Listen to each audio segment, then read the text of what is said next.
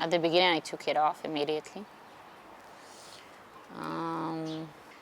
But I still feel like I'm there. It's a part of our identity now.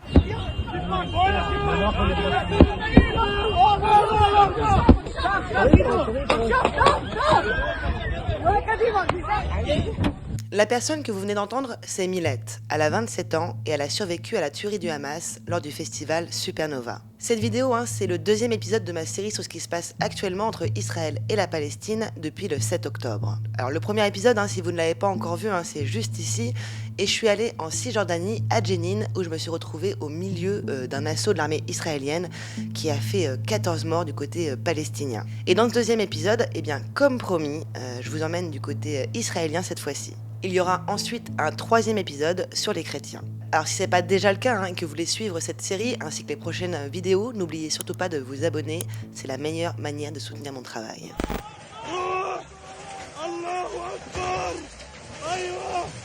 Comme vous le savez tous déjà, le 7 octobre 2023, le Hamas a mené plusieurs attaques simultanées qui ont fait 1200 morts côté israélien. Il y a eu bien sûr des combats dans les bases militaires à proximité de Gaza. Il y a aussi eu des familles entières qui ont été décimées dans des kibbutz. Il y a aussi eu l'attaque d'un festival psytrance, le festival Supernova, où plus de 3500 fêtards pour la majorité des Israéliens étaient réunis à moins de 4 km de la bande de Gaza. Je suis moi-même une passionnée de la musique psytrance et c'est pour ça que j'ai décidé de vous raconter cet épisode de cette journée horrible en particulier parce que voilà, c'est un sujet qui me touche. Quand je tourne cette vidéo, on est tout juste un mois après les événements et malgré le traumatisme, 2 survivants de ce festival ont accepté de me raconter leur histoire. Okay. Pour cet épisode, j'ai dû visionner des dizaines et des dizaines d'heures d'archives pour reconstituer les événements de ce 7 octobre. Et ces images, elles sont atroces. Alors avec mon monteur, on a décidé de vous les épargner pour votre santé mentale, tout d'abord, mais aussi parce que je veux pas répéter les mêmes erreurs que l'épisode précédent qui a été interdit aux moins de 18 ans et qui limite donc énormément la diffusion de la vidéo sur YouTube. Pour celles et ceux qui veulent vérifier par eux-mêmes ce qui s'est passé, parce que je sais qu'il y en a certains qui doutent de la véracité de cet événement, je vous mets un lien de téléchargement en description où vous pouvez avoir libre accès à toutes ces images. Mais attention, je vous préviens, c'est extrêmement violent. My name is Milet Ben Chaim. I'm 27 years old.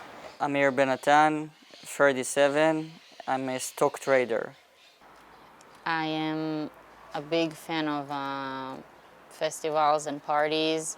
I bought the tickets, I think it was June. I knew for months that I'm gonna go to this festival.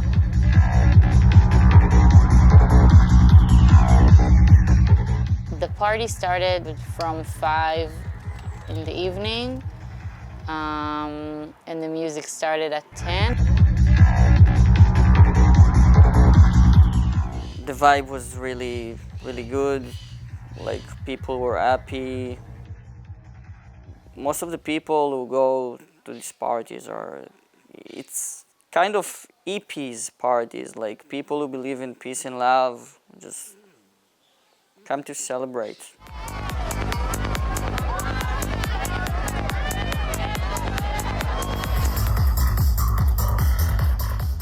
Everybody was really sweet. You feel like you know everybody even though you don't. It's this kind of big family.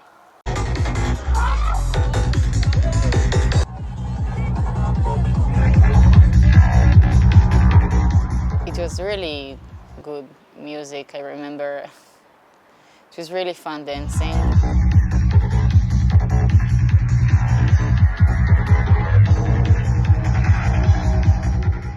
We danced until 6:30, until the music stopped.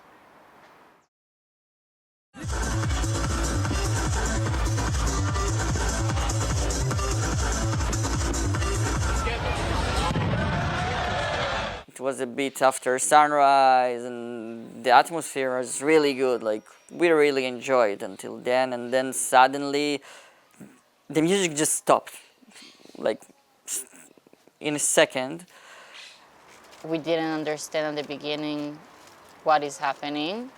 I asked the DJ, because I was right in front of him because I like to dance close to the stage. I asked him what's going on, and he said, turn around, there is rockets.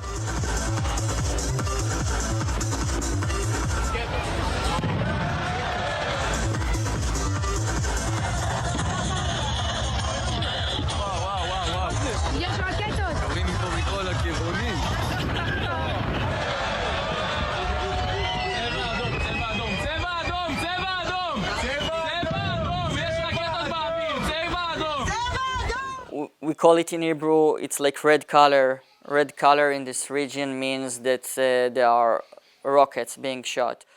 It's not new to us in Israel. It's something that is happening. So you're supposed to lie on the ground and cover your head with your hands. And some people are doing this, and some people are just running, and it's all kind of a mess.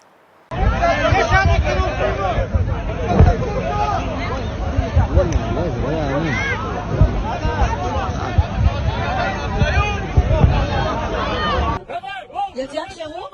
אבל למה? מה קרה? אבל אני ברורה.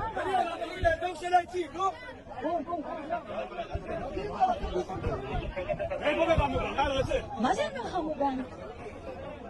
And we had security guards there that told us to evacuate. האירוע ברגע זה יסתיים, אז אני מבקש להתחיל להתארגן, לצאת מהשלטי, האירוע יסתיים. Me and my friends, we weren't really panicked because it's Israel. We kind of used to it.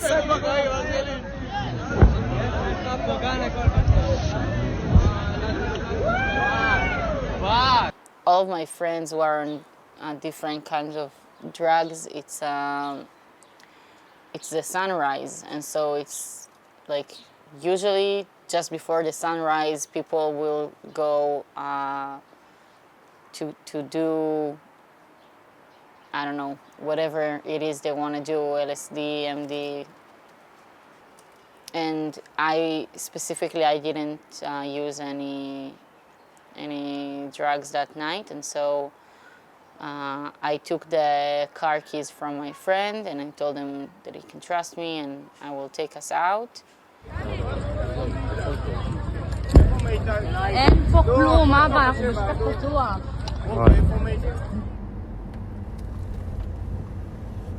We only thought it was rockets at this point.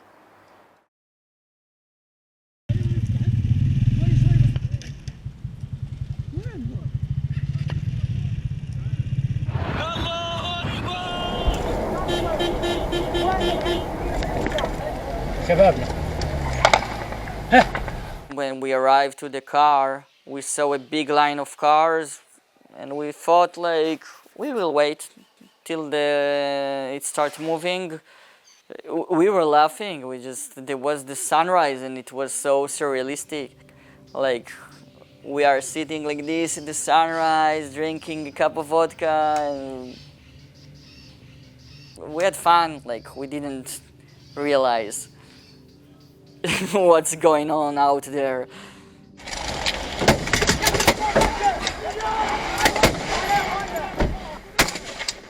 La majorité des festivaliers décident de partir en voiture pour rentrer chez eux. On est en plein milieu du désert du Negev et en fait il n'y a qu'une seule route, la nationale 232. Mais ils n'ont aucune idée qu'à quelques kilomètres d'eux, de chaque côté de cette nationale, en fait il y a des combattants du Hamas qui sont déjà là et qui tirent sur toutes les voitures qu'ils croisent.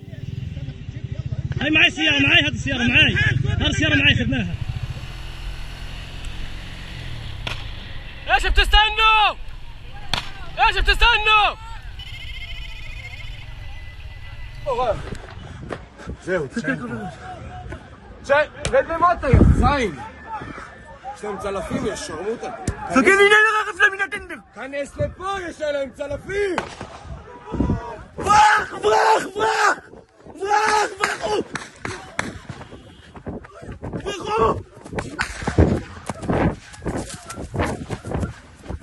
איך נצא מהאוטו? אין לי רשת חיים שלי, אין.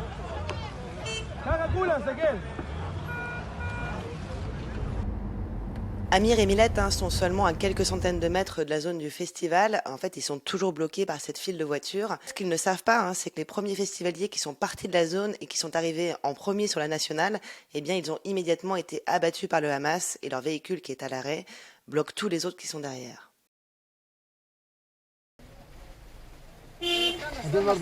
اطلع يا شباب اطلع يلا يا عمو معوش مسدس. And then I realized I have to make a U-turn, like instant U-turn, because they're shooting. We were very close to them, and if we would have drove 1 minute before, we would just continue, and they would spray us with their weapons.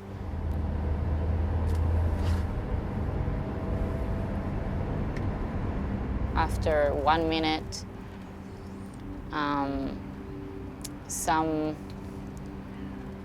some people started yelling at us, like from the party, that there is terrorists there and they're shooting on like everybody who's trying to go to this road.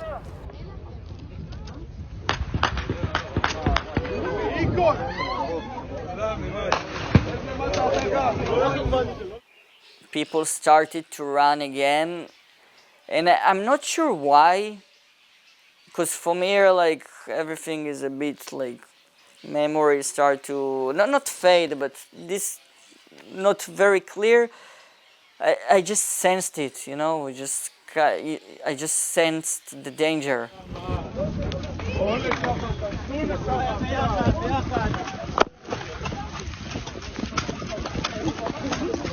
And then I just ran. I didn't look behind, I just ran.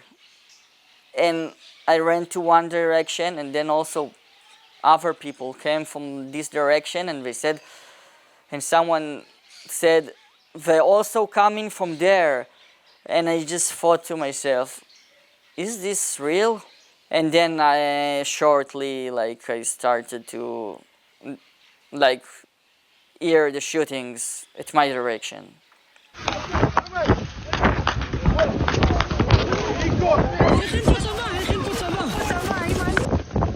En fait, les combattants du Hamas, ils ont encerclé toute une partie de la zone et les festivaliers, ils sont pris au piège.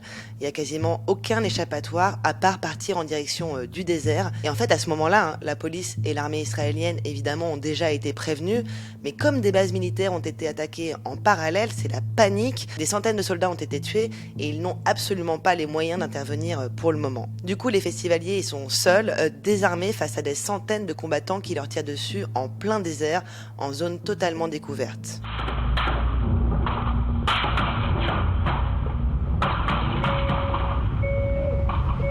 We decided to ditch the car and to run towards the fields because we knew they're closing from both sides of the road.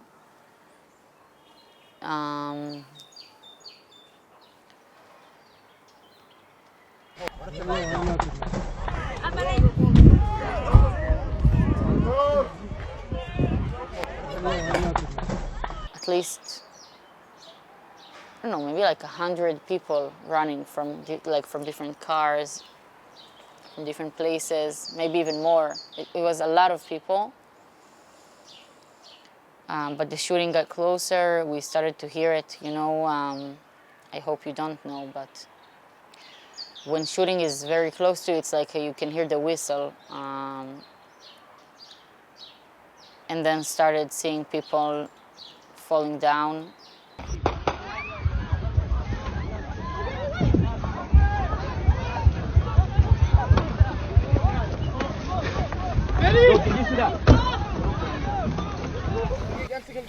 معوش مسدس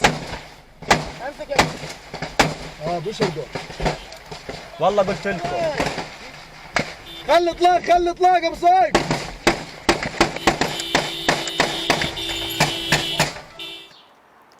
And it didn't matter where we went to. So you ran this way and you have people screaming at you, they're shooting at us from here. So you ran to this way and they're shooting from there, and you ran to that way, and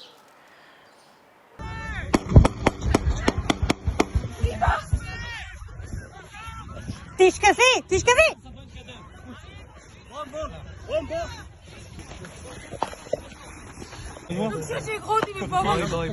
תירגעי. I don't think you can understand until it happens to you how much there is this kind of like darkness that takes you down with it to lose hope, because it's so scary. You know, they're right here and you're not running fast and you're tired. We ran for like 2 hours. And there is not a single part of my soul that wants to be awake for this. Like the body wants to shut down. I think as a protection mechanism for the soul or something. And it's a real fight in my mind to keep running, to just like stay awake. I don't know how to not pass out from being so scared. די, אמא! זה לא יעזור, תנתקי את הטלפון. אמא, ביי רגע, ביי. תנתקי את הטלפון.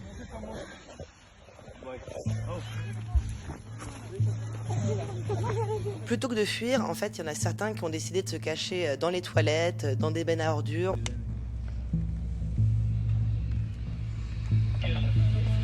Ou encore sous la scène du festival. Mais dans quelques minutes, le Hamas va entrer sur la zone et ils vont quasiment tous être abattus de sang-froid en l'espace de quelques minutes.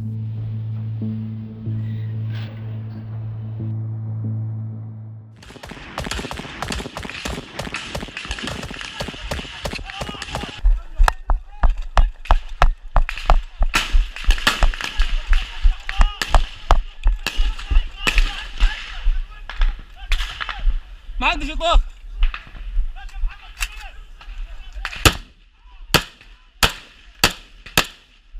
I just saw a bush, like a group of bushes on my left side. I didn't know if it's like a good place to hide, but it feels to me like better than keep running. I heard like big war outside, like unimaginable, like so much shooting.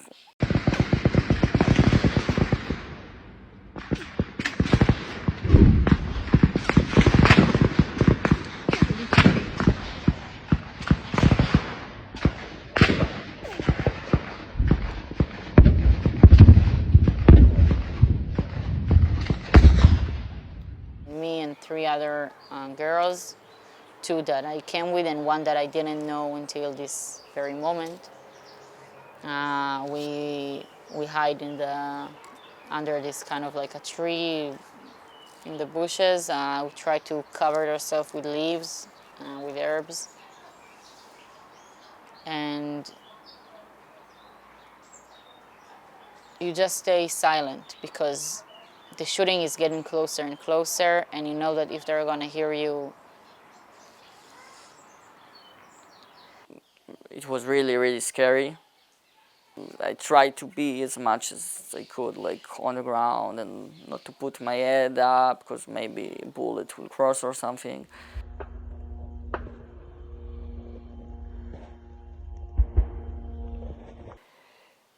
And after some time there was a silence, and then I heard like Arabic talking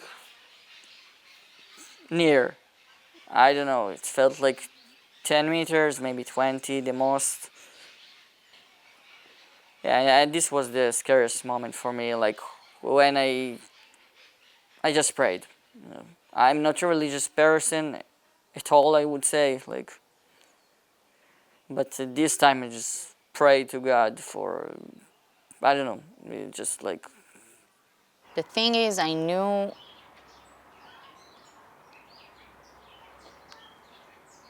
I laid down and I hated what I what I wear, like my clothes. I hated them because I knew that if they're gonna come, they're gonna rape us. I had this like black crop top, so it has a lot of like, I don't know how to describe, like holes, and like it's like tied, you know.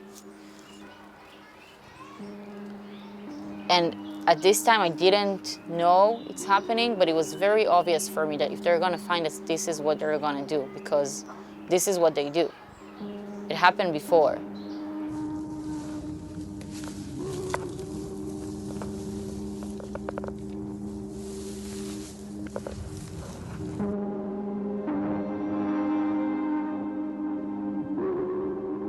After like 2 hours, I think, we start hearing the terrorists talking with themselves, Arabic, and laughing. I think there's something so terrified about how can you laugh, like, to see this kind of pure evil in human beings. I think that's more scary than any weapon.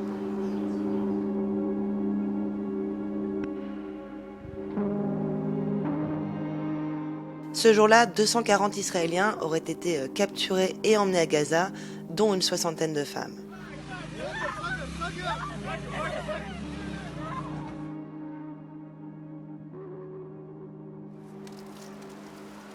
Besides the rockets and the fire, the smoke from the fire, the sky were blue, and I saw birds and I saw butterflies, you know, in the nature. And it's, at this point, you know, it's been going on for hours and no one is coming, and it's very hard to understand this experience, but I think it's important to try to realize that you live it second by second. Like every minute feel like forever. You don't know if it's gonna be the last minute of your life. I knew that the same way that there is still birds and butterflies, that life will go on without me and my family will have to make it.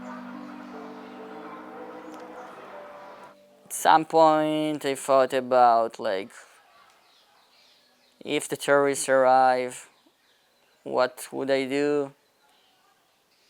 If they kidnap me and not kill me, and what I prefer. Luckily, they didn't come. They didn't find us there. Et pendant ce temps-là, Milette, elle est un petit peu plus loin dans le désert, toujours cachée avec les 3 autres filles, mais ni elle ni sa famille n'a réussi à joindre la police qui est totalement débordée par les événements. Mais sur les réseaux sociaux, en fait, les numéros de 3 Israéliens circulent. Ce sont des militaires et des civils qui vivent dans le coin et qui, malgré le danger, ont décidé de partir un peu leur propre initiative à bord de leur pick-up pour tenter d'exfiltrer des jeunes qui sont cachés dans la zone. Et Milette, elle est en contact avec l'un d'entre eux, mais le problème, c'est qu'elle n'a plus que 3% de batterie sur son téléphone. Et avant de réussir à obtenir une localisation, son téléphone s'éteint. And I realized I have to leave the hiding place because he won't be able to see us. I decided with myself that this is the best option. If I'm going to die, so be it. I'm going to try. And I started crawling outside to find the car. And I stayed low. The thing is, he told me he's riding white Toyota, which is the same car that the terrorist has. And so it's a very you have to be with your gut again to know what to do. And I saw a car, and then I spotted like something like a sticker in Hebrew on the car. So I pulled myself up for a second because, I don't want to be, I just wanted them to notice me and that's it. And thankfully, I can't believe how lucky we were, but they noticed us and they came back. Ça fait maintenant plus de 6 heures que le Hamas a pénétré sur le territoire israélien et a déjà fait plus d'1 millier de victimes partout dans la zone. Les forces de police et l'armée israélienne ont enfin réussi à venir sur zone, proche du festival, et à déployer des tanks pour tenter de repousser les attaquants et surtout de protéger les survivants.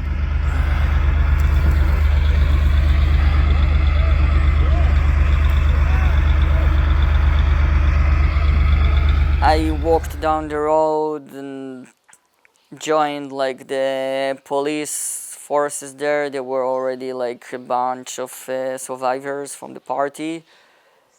There was like a big tree and they told us to lie down under the tree. There was already like a tank there. I pulled out my phone and I imagined that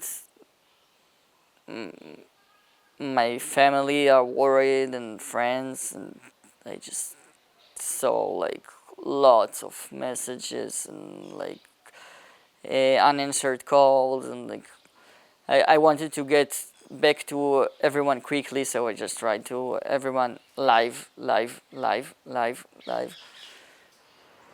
man who rescued us, Leon Bar, was murdered the day after. He kept on rescuing a lot of people and then was murdered. So I just wanna, I don't know, share some respect to him. I'm here also because of him.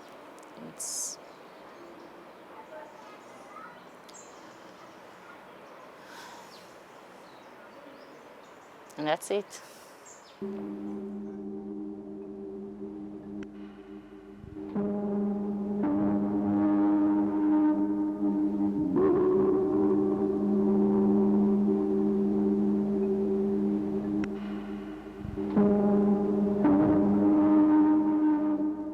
Juste pour ce festival, le festival Supernova, 270 personnes ont perdu la vie. Et au total, ce sont 1200 personnes qui ont été tuées dans toute la région en seulement quelques heures.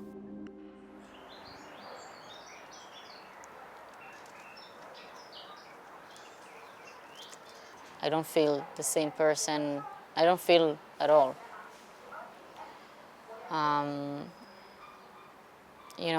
I don't sleep, I barely eat, I can't work, I can't function, and it's hard for me to be with anyone. I don't know who I am anymore. It's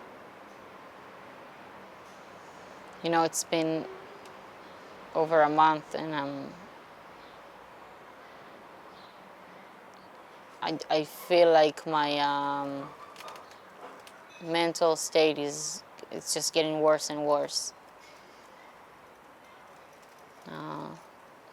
So I really hope that it will change, but like I hear that some people think that it's fake, that it didn't happen, or I hear also conspiracy theories that maybe we did it, like Israel did it to itself in order to invade Gaza. So it's big nonsense. Like these things happened, like the Hamas did like brutal things. I was lucky to survive and not to go through like their brutal things. Do you know why Hamas did that? Why do they do that? Do you understand why? There is a lot of people now in the world that are trying to say that we are the oppressors and this is why they're doing it, free fighters, and that is not the way free fighters fight. What do you think about the government reaction in Gaza? What do you think? It's, what is the word? Unpreventable. They are proud of what they did on October 7th, so for them it's heroic action. And they said like they will do it again and again and again. So we in Israel, I think almost anyone agree right now, like we can't live with such risk besides us.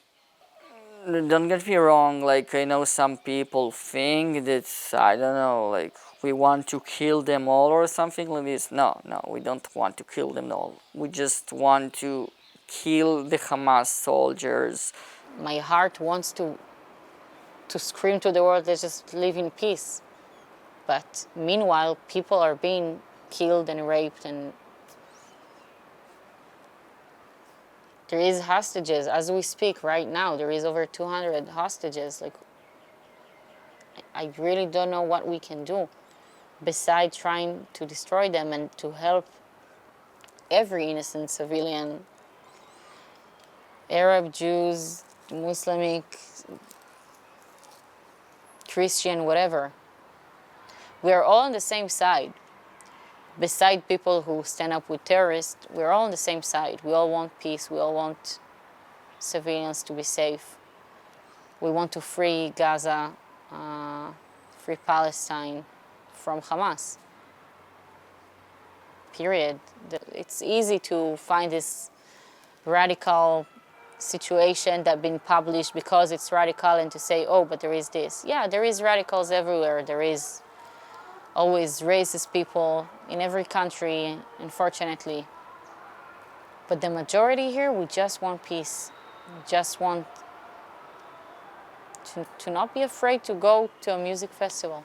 I love parties. It's part of me. I didn't tell you before, I was also a DJ in the past.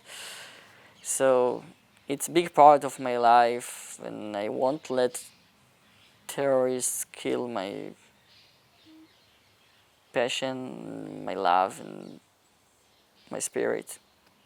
Amir et Milette, ils ont eu énormément de chance et je voulais vraiment les remercier pour la confiance et le courage qu'ils ont eu de témoigner face à ma caméra malgré cet énorme traumatisme qu'ils porteront toute leur vie. Aujourd'hui, ils essayent de se reconstruire comme beaucoup d'autres familles israéliennes qui ont perdu leurs proches. J'aimerais vraiment que l'espace commentaire reste vraiment une safe zone pour eux parce qu'ils vont évidemment le consulter. Sur les 240 otages qui ont été emmenés à Gaza, à l'heure où je tourne cette vidéo, en fait, c'est super difficile d'établir un bilan de ceux qui ont été libérés, ceux qui ont été tués dans des frappes israéliennes sur Gaza et ceux qui sont encore là-bas, car en fait, selon les sources, les chiffres sont totalement différents.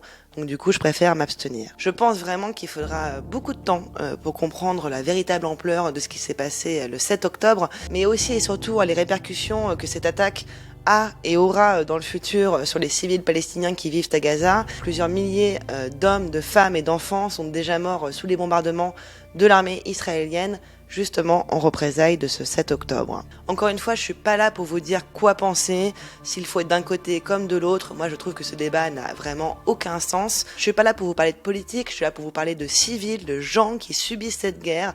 J'essaye en tant que journaliste de vous apporter juste le maximum d'infos, de témoignages pour que vous puissiez vous faire votre propre opinion et comprendre la situation sur place qui est très complexe. Je voulais remercier le Centre national du cinéma, le CNC, de m'avoir aidé à financer ce projet de vidéo sur Israël et la Palestine. On s'en rend pas forcément compte, mais ce genre de projet demande beaucoup de temps et d'investissement. D'ailleurs, si vous aimez mon travail et que vous voulez et pouvez me soutenir financièrement, je vous mets en description la page de mon financement participatif, mon Patreon. Merci aux 141 membres qui me soutiennent déjà.